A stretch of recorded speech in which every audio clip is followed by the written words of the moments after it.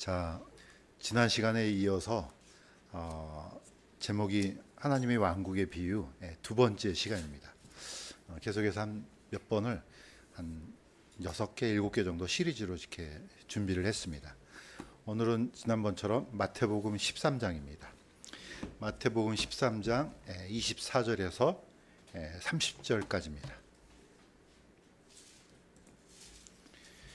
제가 마태복음 13장 24절에서 30절까지를 그냥 대표로 읽겠습니다. 그분께서 그들에게 다른 비유를 들어 이르시되 하늘의 왕국은 마치 좋은 씨를 자기 밭에 뿌린 사람과 같으니라. 그러나 사람들이 잠든 사이에 그의 원수가 와서 곡식 가운데 가라지를 뿌리고 자기 길로 가매 잎이 나고 열매를 맺을 때에 가라지도 보이거늘 이에 그 집주인의 종들이 와서 그에게 이르되 주여 주께서 주의 밭에 좋은 씨를 뿌리지 아니하였나이까? 그런데 가라지는 어디서 생겼나이까 하매 그가 그들에게 이르되 원수가 이렇게 하였구나 하니 종들이 그에게 이르되 그러면 우리가 가서 그것을 뽑아 모으기를 원하시나이까 하거늘 그가 이르되 아니라 너희가 가라지를 모으다가 그것들과 함께 곡식까지 뽑을까 염려하노라. 둘 다 수확 때까지 같이 자라게 두어라. 수확하는 때에 내가 거두는 자들에게 말하기를 너희는 먼저 가라지를 함께 모아 불태우게 단으로 묶되 곡식은 모아 내 곡간에 넣으라 하리라 하시니라. 이렇게 해서 이제 두 번째 비유로 들어갔습니다. 자, 우리가 오늘 이 말씀을 통해서 포인트를 좀 잘 잡았으면 좋겠습니다. 우리가 읽었던 이 말씀 중에 하늘의 왕국, 왕국에 대한 얘기가 나오는데 다시 말씀드리지만은 하나님의 왕국 또는 하늘의 왕국 이렇게 용어는 다르지만은 결국은 통치를 누가 하십니까? 하나님이 하십니다. 그러니까 같은 의미예요. 같은 의미인데 왜 마태복음에는 하늘의 왕국이란 말을 썼느냐? 이건 유대인들이 너무 잘 이해하고 있기 때문에 그렇고 누가복음에는 하나님 왕국이라는 표현을 많이 씁니다. 이거는 이제 이방인들이 쉽게 이해를 할 수 있기 때문에 그렇습니다. 왜냐하면 당시에 데오빌로가 하늘의 왕국 그러면은 아마 오늘날처럼 죽어서 가는 그런 나라 이 정도로밖에 이해를 못할 수 있습니다. 그런데 이제 하나님의 왕국 그러면은 그게 하늘에 있든지 땅에 있든지 하나님께서 통치하는 나라이기 때문에 이해하기가 쉬울 겁니다. 자, 그런데 지금도 마찬가지고 옛날도 마찬가지고 저도 어렸을 때 이 성경을 읽으면은 항상 개역 성경은 천국이라고 되어 있기 때문에 우리가 천국이라는 단어 자체는 항상 죽어서 가는 나라 이제 이런 개념이 박혀 있어요. 그러니까 그 의미가 이 성경 안으로 이렇게 전맥이 좀 되기가 좀 굉장히 어려웠습니다. 그래서 약간은 우리가 이걸 좀 다시 한번 이 개념을 좀 이해를 좀 했으면 좋겠습니다.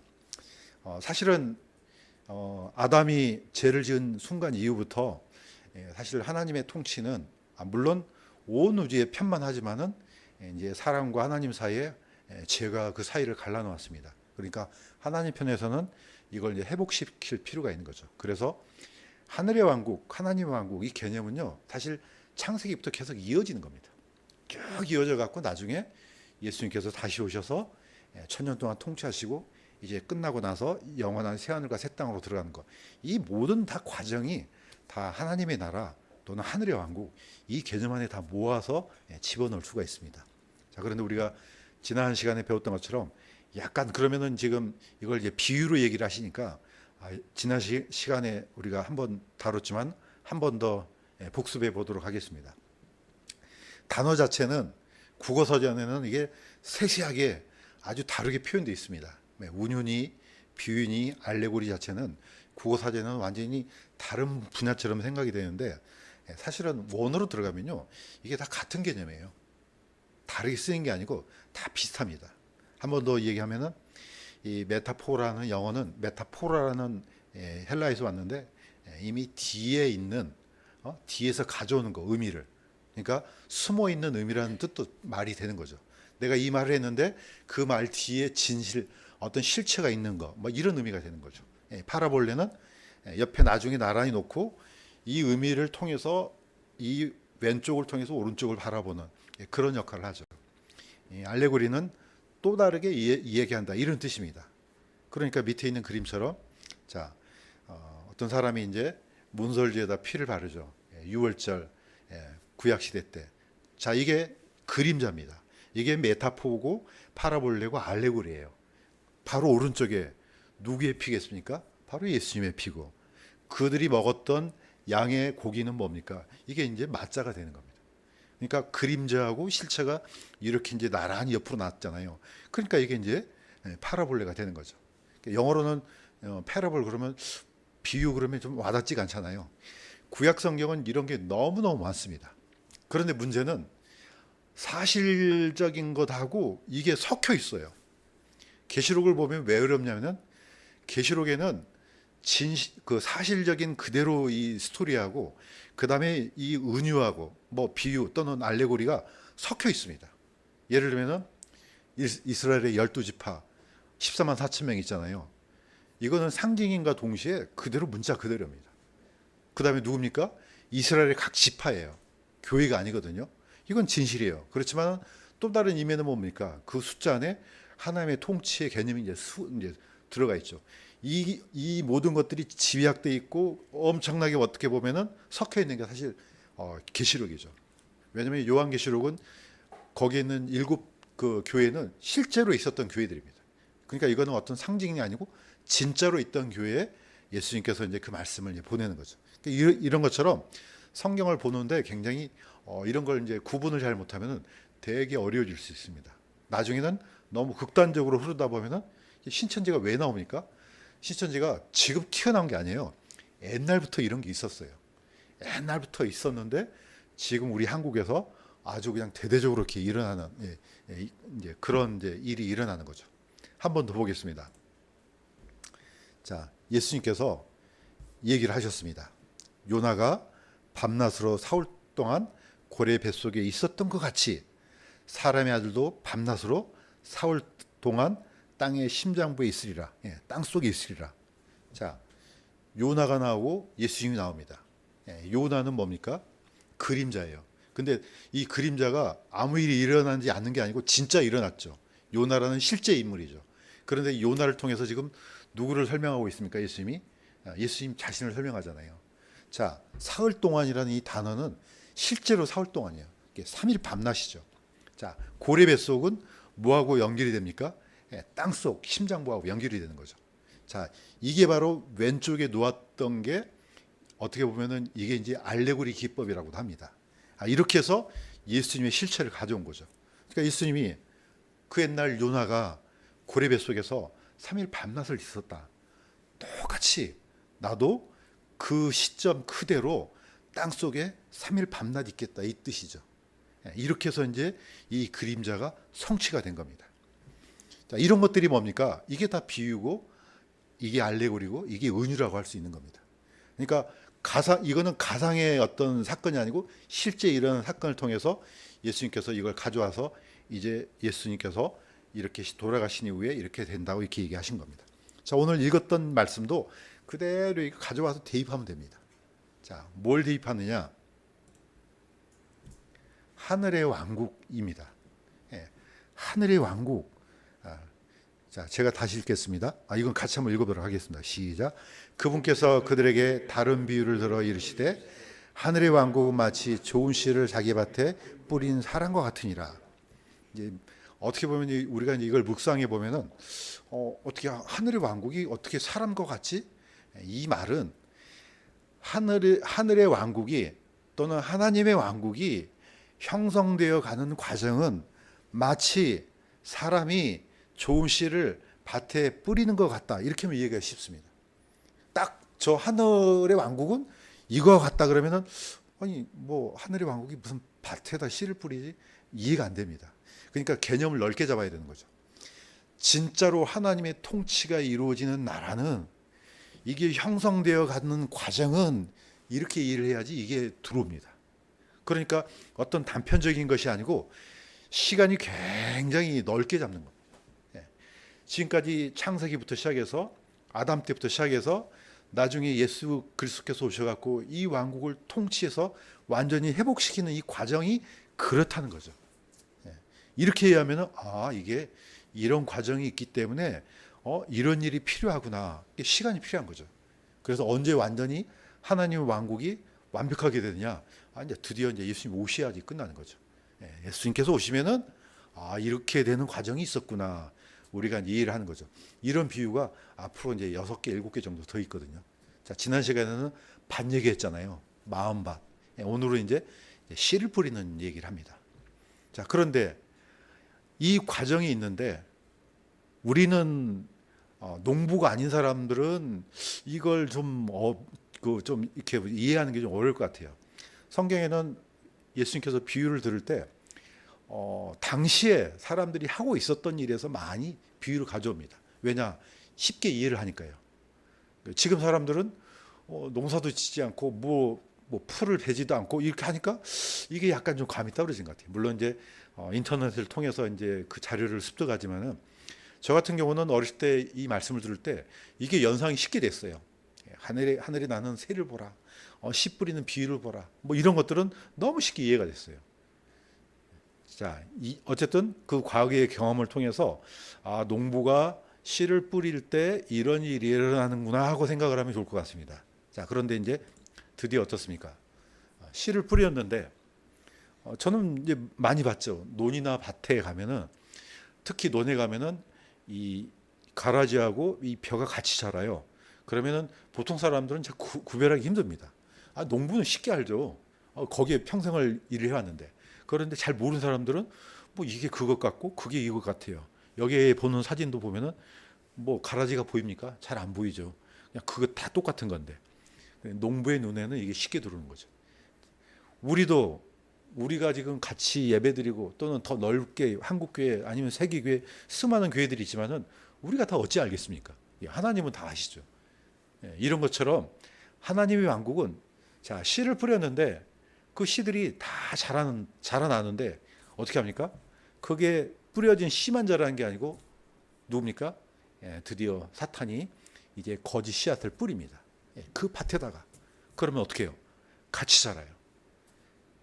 자, 그래서 이제 종들이 와가지고 어떻게 우리가 나쁜 씨앗을 뿌린 적이 없는데 이 가라지가 같이 자라니까 요청을 하죠.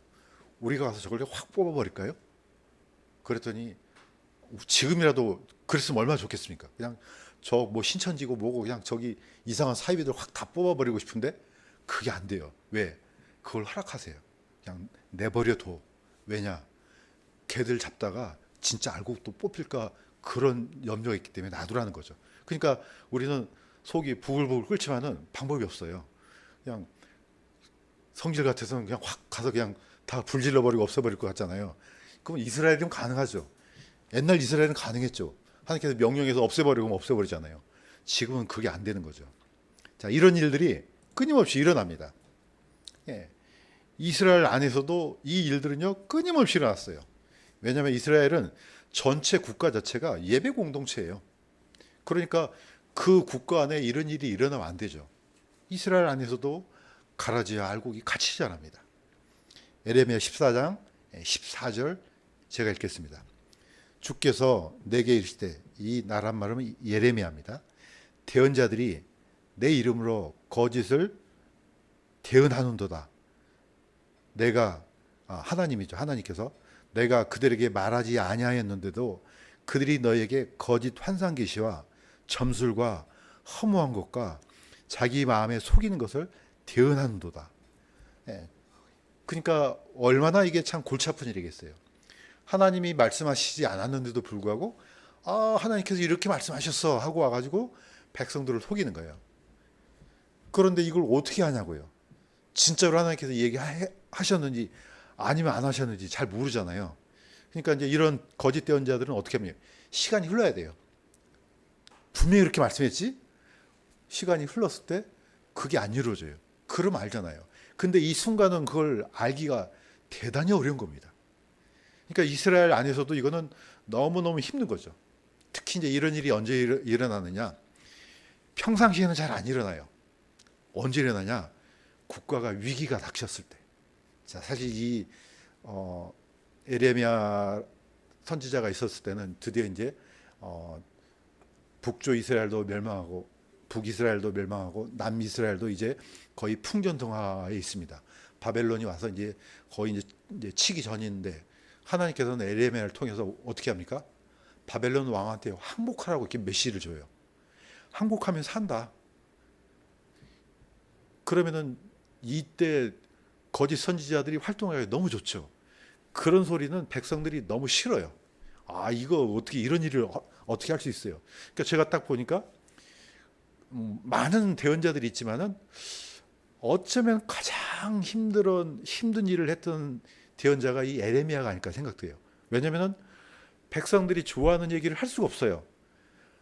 믿기 싫어하는 얘기들을 막 선포를 해야 돼요. 그다음에 뭐 다른 대언자들, 물론 다른 대언자들도 힘들었지만은 예를 들면은 이사야도 그렇고 에스겔도 그렇고 뭐 다니엘도 그렇고 다 힘든 세월을 살았지만은 이 에레미야는요 결혼도 못했어요. 예. 다른 사람들은 다 허용했는데 에레미야는 장가 갔다고 가지 말래요. 이건 좀 너무 억울한 것 같아요. 어쨌든 에레미야는 너무나 고통스러운 삶을 살았어요. 자, 그런데 이 이스라엘 안에서 두 종류의 사람이, 두 종류가 아니죠. 어쨌든 이 거짓 대언자들이 있었는데 왜 이 사람들이 득세를 하느냐? 대표적인 사람이 둘이 있습니다. 하나는 하나냐하고 한 사람은 스마야예요. 이 하나냐는 이스라엘 포로로 잡히지 않고 이스라엘에 남아있는 사람이에요. 이 스마야는 잡혀간 사람이에요. 그런데 하나님께서 어떻게 얘기하시느냐?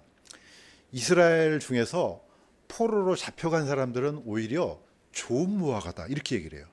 오히려 남아있는 사람들은 나쁜 무화과다. 그런데 잡혀가 있는 그 이스라엘 백성들 사이에서도 이 거짓 대언자들이 득세를 해요. 그 중에 한 사람이 스마야입니다. 남아있는 대언자는 이 하나냐는 이 하나님께서 잡혀갔지만은 2년 안에 돌아온대. 자, 에레미야는 어떻게 얘기합니까? 70년 동안 거기서 포로 생활을 한다는 거예요. 그러면 백성들이 듣기는 뭐가 듣기 좋겠어요? 70년이면은 나도 죽고 내 아들도 죽고 잘하면 손자까지 다 죽고 나중에 올지도 말지도 모르는데 이 하나냐는 2년이면 돼. 하나님께서 분명히 이렇게 얘기했어. 그러니까 사람들이 어디에 귀를 기울입니까? 하나님한테 귀를 기울이는 거죠. 대언자 에레미야가 대언자 하나냐에게 앞에다가는 거짓 대언자라는 말을 안 붙여도 요 놈이 나쁜 놈이구나 알 수 있겠죠. 하나냐야, 이제 들으라. 주께서 너를 보내지 아니하셨거늘 네가 이 백성으로 하여금 거짓을 신뢰하게 하는도다. 이런 사람들이 어디에 고 있어요? 씨앗을 하나님의 말씀에 씨앗을 뿌렸지만 어디에고 자라납니다. 농사를 지어 보신 분들은 아시겠지만 희한하게 곡식은 잘 가꿔야지 본전이에요. 잡초는 그냥 내버려둬도 잘 자라요. 희한하게.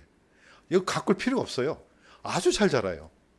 그러니까 뭐 우리가 쫓아다니면서 이 막 그 뭐 사이비들 막 무찌르고 가만 놔둬도 얘네들은 잘 크잖아요. 가만 보시면 아시겠지만은 이단이나 사이비들이 가난한 이단 있습니까? 다 어디서 어떻게 돈을 긁어 모은지 다 부자들이에요. 보면은 가만 놔둬도 잘 자라요. 자, 그런데 저기 바벨론으로 끌려갔던 스마야가 이 사람도 뭐 하느냐? 거기서 거꾸로 바벨론에 있으면서 그 백성들한테 이 대언자가 에레미야가 했던 이 말들을 공격을 합니다. 거꾸로 편지를 보내갖고 저놈 잡아 집어넣으라고. 이게 바로 스마야입니다. 똑같습니다. 하나님께서 내가 스마야를 보내지 아니하였는데도 그가 너에게 대언하고 너희로 하여금 거짓을 신뢰하게 하였도다. 이 사람들이 득세한 이유가 백성들이 이 사람들을 찾아요. 그래서 진리는 굉장히 어떻게 보면은 맛이 없는 빵하고 맛하고 똑같습니다. 여기 아주 맛있는 빵이 있고 여기 맛이 하나도 없는 빵이 있어요. 그럼 본능적으로 어디가 끌립니까? 달콤하고 맛있는 걸 찾게끔 돼 있습니다. 우리의 귀도 이 육신의 제 본성이 있기 때문에 좋은 소리를 찾아가요.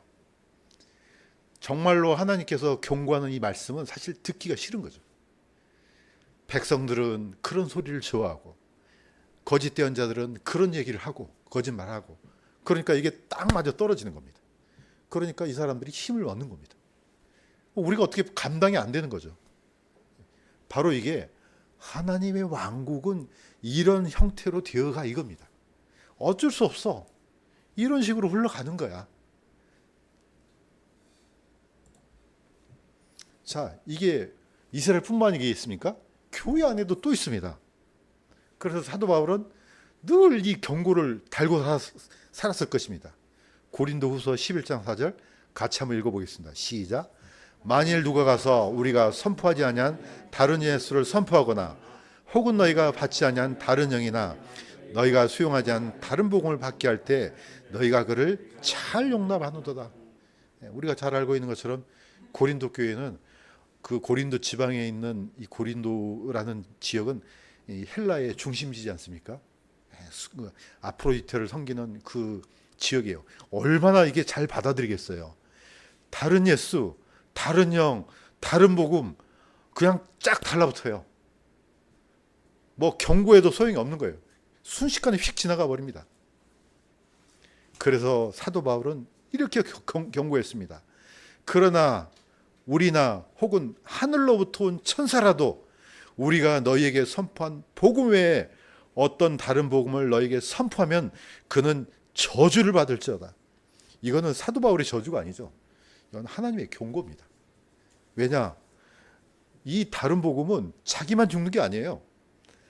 옆에 있는 영혼들, 그 영혼들, 다른 사람의 영혼들 그냥 마치 그냥 악한 곰팡이가 퍼져나가시 쫙 퍼져나가요.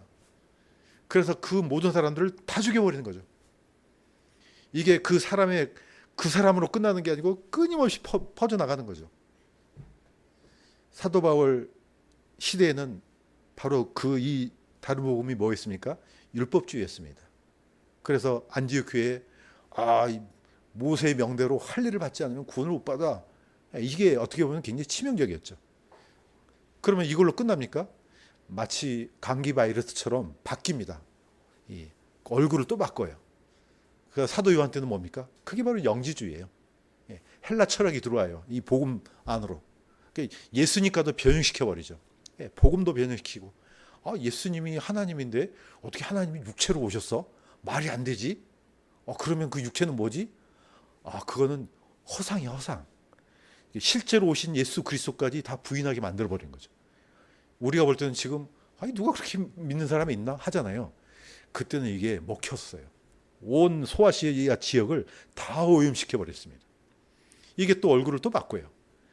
그러니까 끊임없이 어떻게 보면은 이 악한 바이러스, 감기 바이러스처럼 바뀌어요. 그 사람들을 오염시키는 거죠. 이거는 전에도 있었고 오늘날도 있고 앞으로도 있을 겁니다. 이게 뭡니까? 이게 하나님의 왕국이 만들어져가는 과정이라는 겁니다. 딱 나 한 사람으로 끝나는 게 아니고 끊임없이 이런 일이 일어나요. 이스라엘 안에서도 일어났고 교회 안에서도 일어났고 우리 후대에 어떻게 보면 시간이 있어서 계속해서 온다 그러면은 그때도 일어날 겁니다. 그러니까 어떻게 합니까? 하나님 앞에 우리가 기도하는 것은 그러면은 어떤 것이 올바르고 올바르지 않는 것을 뚜렷하게 알아야 될 거 아닙니까? 지난번에 우리 엄조사님 한번 얘기했습니다. 위조 지폐를 연구하는 사람들은 뭐 한다고요? 위조 지폐를 연구하는 게 아니고 진짜를 연구한다는 거죠. 우리가 이단들을 다 쫓아다니면서 어떻게 경고하고 이거 하겠습니까? 그거는 불가능해요. 그럼 뭐 합니까? 진짜 성경에 있는 진리의 말씀을 제대로 연구하면 됩니다. 그러면 너무나 쉽게 구별돼요. 사도 요한이 요한일서 4장 1절에 이렇게 했습니다. 사랑하는 자들아, 영을 다 믿지 말고 오직 그 영들이 하나님께 속하였는지 그것들을 시험하라. 이는 많은 거짓 대언자들이 나와서 세상에 들어왔기 때문이라. 이때는 이제 적어도 이렇게 시험하고 분별할 수 있죠. 그렇지만은 끊임없이 변형을 일으키기 때문에 쫓아다니면서 뭐 처음부터 끝까지 뭐 이건 이렇고 할 수가 없습니다. 제대로 된 것 정확하게 알고 이거 선포하면은 사람들이 그 진리의 말씀을 듣고 분별력이 생긴다고 저는 믿습니다. 그래서 우리는 성경에서 예수님께서 사도들이 어떻게 기록했고 어떤 말씀을 선포하고 명했는지 이것만 잘 우리가 귀담아 듣는다면 이런 악한 영들이 전혀 우리를 해하지 못할 줄로 믿습니다. 자, 이런 과정이 이제 하나님 왕국이 이렇게 흘러가요. 자, 흘러가는데 사실 문제는 사람들 마음이잖아요. 이 마음 밭이 그 안에 이 거짓 대언자들의 말을 듣고 거기에 매달린 사람이 있는 반면에 진리의 말씀을 듣고 이 마음밭에 드디어 이제 성령의 열매를 맺는 사람이 있죠.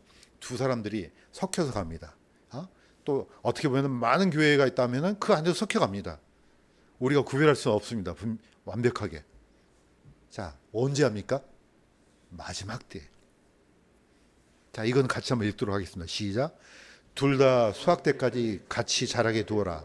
수확하는 때에 내가 거두는 자들에게 말하기를 너희는 먼저 가라지를 함께 모아 불태우게 단으로 묶되 곡식은 모아 내 곡간에 넣으라 하리라. 예, 이거는 같이 자라는데 이제 뭐 시골에서 살아본 분들은 알 거예요. 사실 제가 볼 때는 농부들은요 이거 끝까지 안 놔둡니다. 성질이 급해서 중간에 다 뽑아버리거든요. 그런데 이 하나님은 어떻게 합니까? 뽑지 말고 두라는 거죠. 언제 하느냐? 수확할 때, 마지막 때 이것을 이제 모아가지고 가라지하고 알곡을 따로 분리해서 가라지는 불태우고 알곡은 곡간에 넣습니다. 이건 물론 비유지만은 실제로 그런 일을 하시겠답니다. 하나님이. 그래서 이스라엘의 7대 절기를 왜 우리가 깊이 묵상할 필요가 있냐면 이거는요 전체 어떻게 보면 흐름이에요. 단순히 어떻게 보면은 지식적인 문제가 아니고 왜 예수님께서 6월절 그날에 오셔서 돌아가셨겠습니까? 왜냐하면 6월절, 무교절, 초실절, 오순절, 그 다음에 나팔절, 속죄일, 장막절이요. 이거는 역사의 흐름이에요, 흐름. 그래서 예수님께서 6월절 어린 양이 되셔갖고 그날 돌아가셔요. 바로 그 다음 날이 무교절 첫날이에요. 무교절 첫날이 되기 전에 돌아가셔서 땅에 묻히십니다. 예. 어떻게 보면은 그 예수님께서 돌아가신 이후에 참 안식이 일어나요. 왜냐하면 누룩 없는 빵을 먹으니까요. 돌아가신 이후에 3일 밤낮이 지난 후에 정확하게 주의 첫날 초실절에 부활하셔요. 그러니까 절기가 하나씩 이루어지는 거죠. 바로 초실절에서 77, 49, 49일이 지난 첫 번째 날 오순절에 성령이 오시잖아요. 역사가 이렇게 이 과정대로 되어가는 거죠. 이것도 일종의 하나님의 왕국은 이렇게 흘러가는 거야 이겁니다. 흘러가서 나중에 나팔을 불어요. 물론 어떤 분들은 나팔절에 아마 휴고가 있지 않나 하는데 그건 잘 모르겠어요. 어쨌든 그게 뭐가 됐든 간에 그 이루어질 일이 일어나요. 예. 나팔절은 딴 게 아니에요. 7번째 달의 첫날이에요. 그러니까 유대인들은 이걸 나팔절로 부르지 않고 로시 하사나라고 그러죠. 7번째 달의 첫날. 그러니까 오늘날로 말하면 정월 초하래요. 우리나라. 우리 지금 오늘인가 어젠가 그 무슨 그 뭐죠? 정월 초하루 대보름 그 먹었잖아요. 그 정월 초 대보름이 한국에서는 엄청난 날이에요. 첫 번째 뜨는 보름달이기 때문에. 근데 이스라엘은 우리하고 다르게 음력을 세잖아요. 그러니까 이스라엘은 약간 틀려요. 월삭이 중요하죠. 달의 첫날인데 7번째 달의 첫 번째 날이에요. 그러니까 이거는 해의 첫날이 되는 거죠. 그날 어떤 일이 일어날지 우리는 모르지만 어쨌든 중요한 날이에요. 그 다음에 속죄일은요. 드디어 이스라엘 백성들이 남은 자들이 이제 예수 그리스도를 통해서 이제 속죄하는 그런 일이 일어나겠죠. 그 다음에 마지막 날이 뭡니까? 마지막 7번째 날 15일이 초막절이 시작돼요. 자, 초막절을 언제 하느냐? 곡식을 다 걷어들이고 다 끝난 다음에 이 날을 하나님께 드리는 날이에요. 그러니까 이게 일종의 하나님 왕국이 형성되어져 가는 그런 마지막 단계라는 거죠. 그러니까 우리 지금 앞으로 일어날 절기가 뭐 남았습니까? 예, 나팔절, 속죄일, 초막절 또는 장막절이 남은 거죠. 세 절기는 반드시 일어나죠. 앞에도 그대로 날짜대로 일어났지 않습니까? 언제 일어날지 모르지만 반드시 일어나게끔 돼 있습니다. 이게 바로 하나님의 왕국이 형성되어 가는 과정인 거죠. 우리는 모르죠. 자, 이제 마무리하겠습니다. 그래서 초막절과 천년왕국은 왜 중요하냐? 이 초막절에 대한 비유가 바로 천년왕국이에요. 왜냐? 이때는 가라지는 불태우고 알곡은 들여보내요. 창고 안으로 들여보내요. 그런데 요엘서에 이렇게 돼 있습니다. 이교도들은 깨어서 요사밧 골짜기로 올라올지어다. 내가 거기 앉아 사방의 모든 이교도를 심판하리라. 너희는 낫을 대라. 수확할 것이 이것도다. 주의 날이 판결 골짜기 안에서 가까움으로 많은 무리가 판결 골짜기에 있도다. 예, 기억성경은 심판의 골짜기로 나옵니다. 뭐 어떻게 표현하든 항상 하나님은 어떤 회기가 시작되잖아요. 그러면은 들어가기 전에 마무리하세요. 천년왕국이 되기 전에 그냥 쭉 끝나는 게 아니고 다 모아요. 세상에 믿지 않는 자들이 다 어디로 갑니까? 바로 여기가 요사밧 골짜기죠. 현재 실제로 있는 기드론 골짜기예요. 저쪽에는 뭡니까?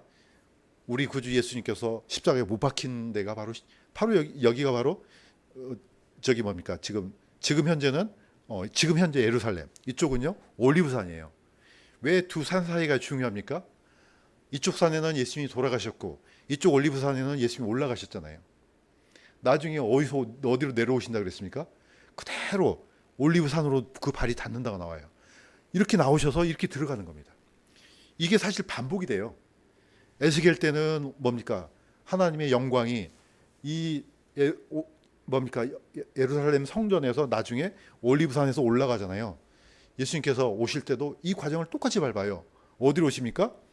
올리브산에서 나귀를 타고 어디로 올라가요? 바로 예루살렘으로 올라가셨어요. 예수님께서 두 번째 오실 때도 이 과정을 밟는다고요. 바로 그 산 사이를 요사밧 골짜기, 심판의 골짜기를 하는 거죠. 뚜렷하게 나눠지는 겁니다. 그래서 이 사복음서에는 뭐가 됐습니까? 양과 염소의 심판이 나옵니다. 나눠요. 놀라운 것은 양도 정결한 동물이지만은 염소도 정결한 동물이에요. 둘 다 정결한 동물이에요. 그런데 정결한 동물 가운데서 양과 염소를 나눠버린다는 거죠. 그래서 염소에 속한 자들은 다 불에 던져버리고 양에 속한 자들은 하나님께서 약속하신 그 왕국에 들어가는데 아브라함과 이삭과 야곱과 함께 그 왕국을 상속받는다 나오거든요. 자, 이거는 천년왕국 들어가기 전에 나오지만은 천년왕국이 끝났을 때는요. 끝날 때도 똑같이 나옵니다. 끝날 때도 동일하게 이 심판이 또 있어요. 이때는 이제 영원한 새하늘과 새 땅으로 들어가기 전에 있는 거죠. 이게 전부 다 구약 성경에서 전부 씨 하나님께서 예표로 또는 비유로 다 심어 놓으신 겁니다. 그러면 실체가 하나씩 둘씩 이루어지는 거죠. 지금 예수님은 이걸 지금 씨 뿌리는 자의 비유를 들었지만은 지금 우리는 이 시대를 살아가고 있는 겁니다. 그러니까 얼마나 중요한 시대입니까? 밑에 있는 사진에 보는 것처럼 저기 네모난 것들은요 전부 다 무덤이에요. 저 앞에도 무덤이에요. 골짜기에 수많은 무덤이 있어요. 유대인들이 왜 여기다 무덤을 쓰느냐? 물론 묻힐 데도 없지만은 여기다가 묻히면은 혹시나 메시아가 다시 오실 때 가장 먼저 부활한다고 해서 여기다 무덤을 쓴대요. 김칫국부터 마시고 있어요. 부활하겠습니까 이 사람들이? 어찌됐건 간에 바로 그들도 기다리고 있는 이 요사밧 골짜기, 심판의 골짜기, 예수님께서는 분명히 오셔서 이 마무리를 지으실 겁니다. 그래서 우리가 진짜 기다리는 정말로 하나님께서 약속하신 그 나라, 바로 부활해서 1000년 동안 통치한다는 그 영광스러운 그 나라를 상속받을 줄로 믿습니다. 자, 우리가 이 날을 기다리면서 더욱더 열심히